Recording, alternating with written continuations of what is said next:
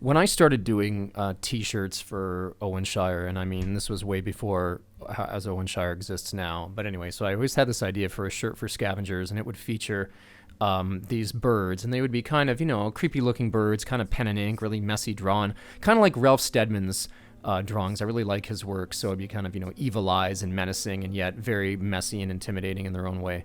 So these birds would have dangling extension cords hanging from them, and I can't even tell you really why that image came to me. It was just kind of an idea of, these mechanical birds, not exactly real, something almost out of The Wizard of Oz, and yet I wasn't really thinking about The Wizard of Oz at the time when I did that.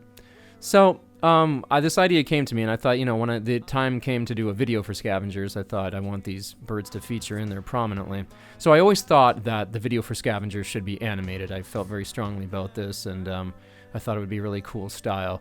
So I approached some professors at Fanshawe College where I work, because I know they have a 3D art program, and I thought, maybe some students could work on this, or the profs would want to work on it. And I actually got some participation, and wheels were in motion, something was going to happen, and then, I don't know, for one reason or another, it kind of fell through. These profs got busy, and it didn't really work out, which was a shame.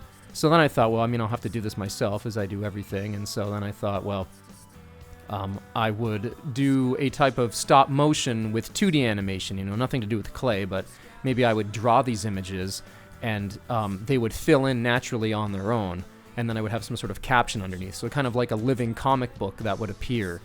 And then at the same time, as I started to film footage and saw what it looked like in 3D to be actually moving, there was no comparison. There was no comparison to have images that could sync up with drum beats and have really quick cuts, and I mean, ideally, that's what I wanted. So I kind of scrapped the 2D idea, even though I thought it could still work. And I still wanted it to be animated, so then I came across this through After Effects 6, this cartoon effect that you could put on.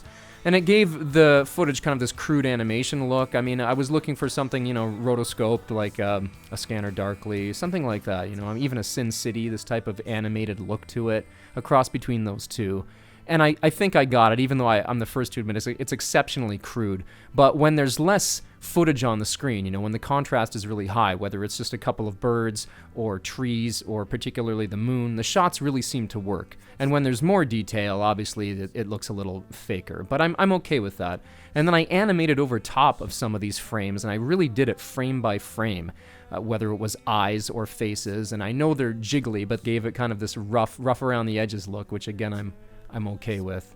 I storyboarded this out because I had to earlier for the Fanshawe people, and so I basically kind of kept to it as best as I could within my footage. So this was the idea of it would start in a kid's bedroom, and then we would go out into the world, and then it would take us through a series of atrocities in humanity, such as the Holocaust and the French Revolution and stuff like that. And then it ends in hell, in my opinion. I always had this idea of Dante's Woods, how the Inferno begins. I found myself in the Great Wood Lost.